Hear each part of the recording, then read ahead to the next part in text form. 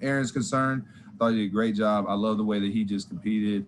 I love the way that he was downfield, a bunch of plays. You could tell that he really loved the game. And I talked to him before about, just making sure he takes advantage of the opportunity that he has. And, he was able to do that. So it definitely made me feel better having to sit at home and watch him play. David Butler. Rodger, when you hurt the ankle, you initially went back in the game, had to come out again at the start of the fourth quarter. How hard, how emotional is that decision in that moment to say, I can't do this, the team is better off with me on the sideline right now? It was extremely difficult. And, I think that, Vrabel says it best, you're really injured when you can't do your job effectively, and just basically it's going to be detrimental to the team. When I was able to go out there, I was able to sustain and kind of work through it, but I wasn't able to be the same force that I usually am. And I just wanted to be able to make sure that I didn't hurt myself any further, hurt the team any further. So it was the decision that was best for the team, and that's why I left. Teron?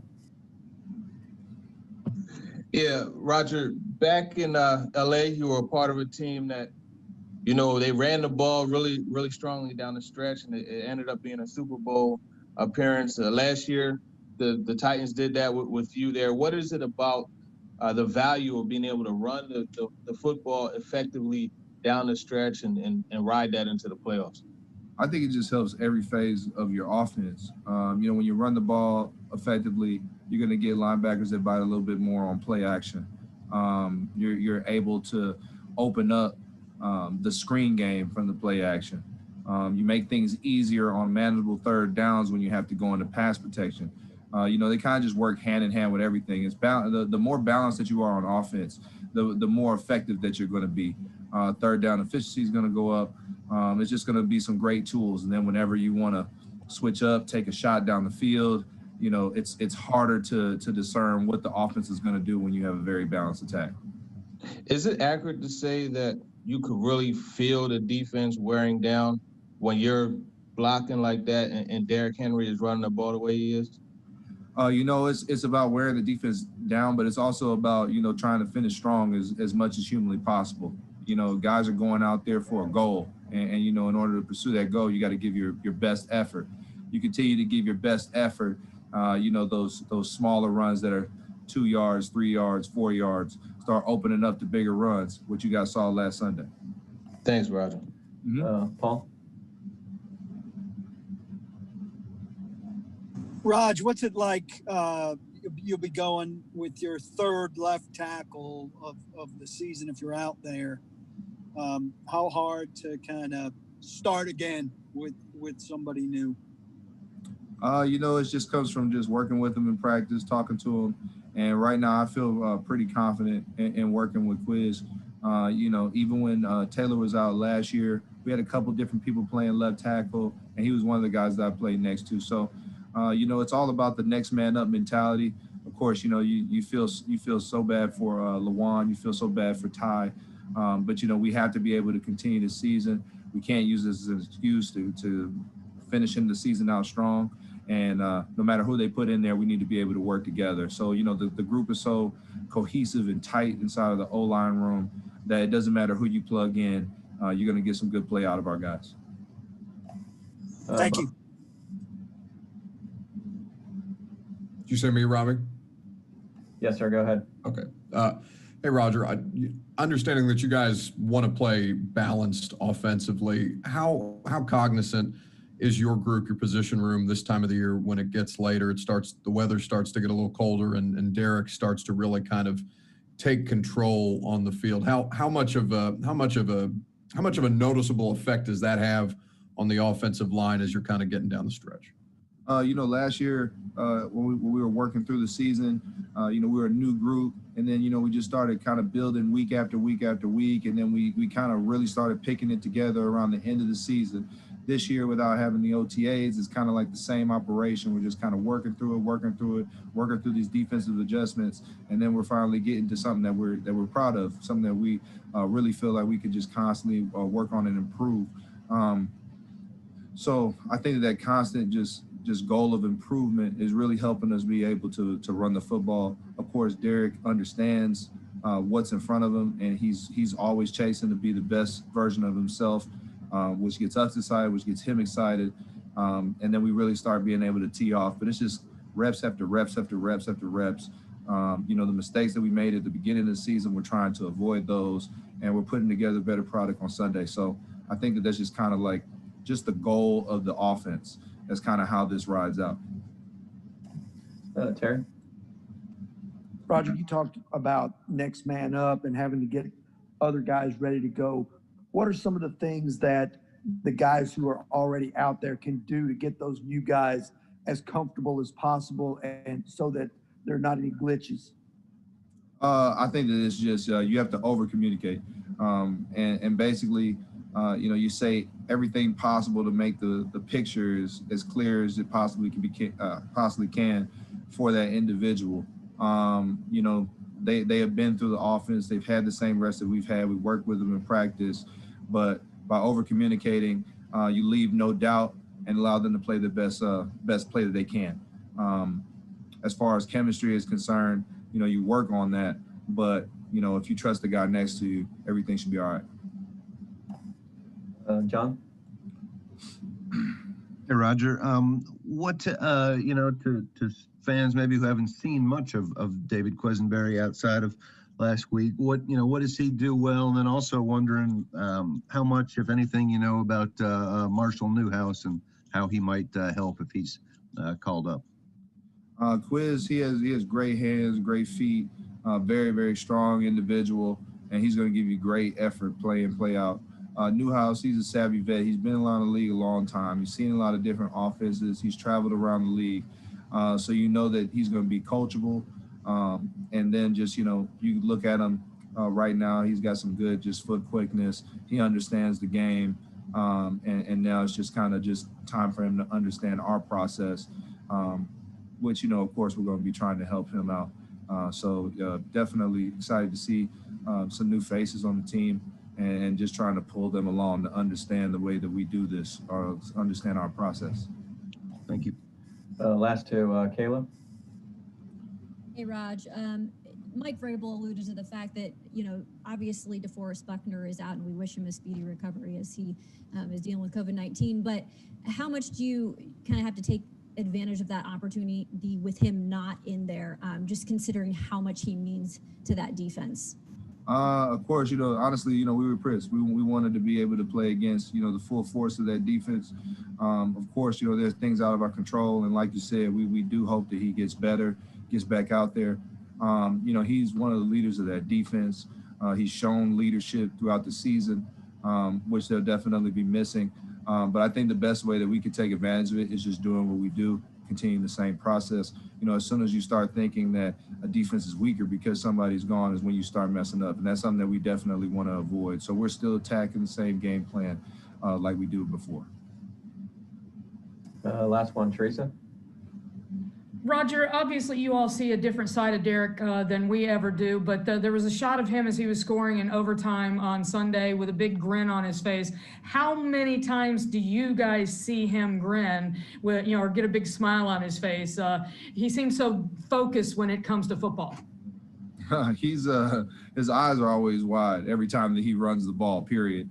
You take a picture of his face, anytime you see him run, you can see that. As far as the smiling and the grinning is concerned, he loves football. This whole team loves football. This is what we do. When we get success, we're going to continue to grin. But as long as we can keep him in a good mood and keep him running angry like he has been, there's no stopping him. And I think that we appreciate the opportunity to be able to block for him as well. Thank you, sir. Appreciate your time. All right, thank you. Thank you. Thank you, Rodger.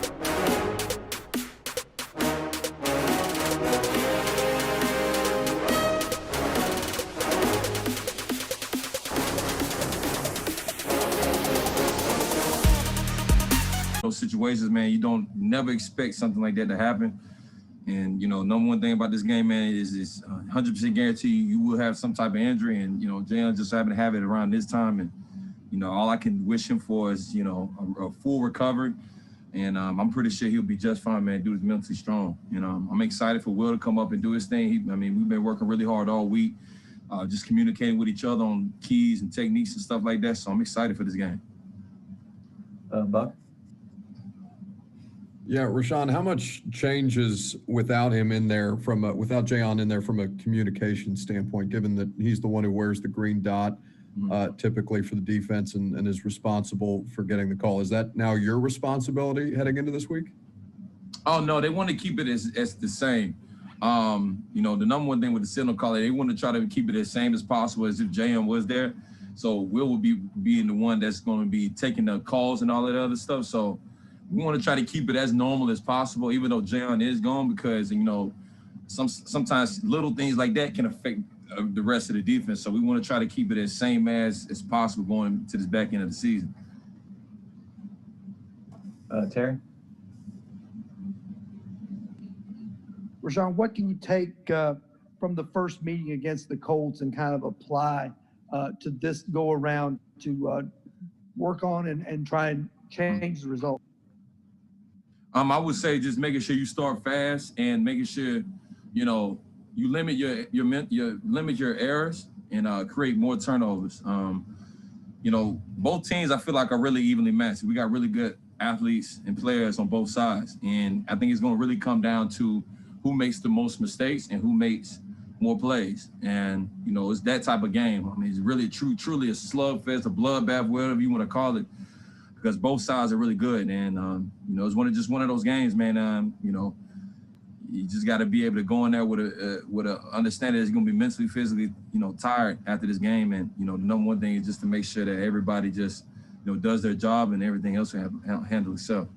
And are there things that you can do to affect Phillip Rivers, because he's getting the ball out so fast now with those short passes and things like that? Are there things you guys can do to disrupt that? Oh, no doubt. You know, obviously we would try to use a pass rush, but, you know, he gets it out so quick, faster than any other quarterback in the league. You know, you try to make as tight a coverage as you can with this guy to, you know, at least disrupt some timing or at least get him to pump face so some of our rushers can get to him. But other than that, man, you know, dude been playing for, you know, however many years in the league, man. So, I mean, he's used to seeing all type of disguise. He's used to seeing all type of coverages. It's not really anything you can do to fool him. You just got to really just play better. You know, you got to kick butt, you know, whoever's in front of you. So I think that's the main thing. Chris Harris?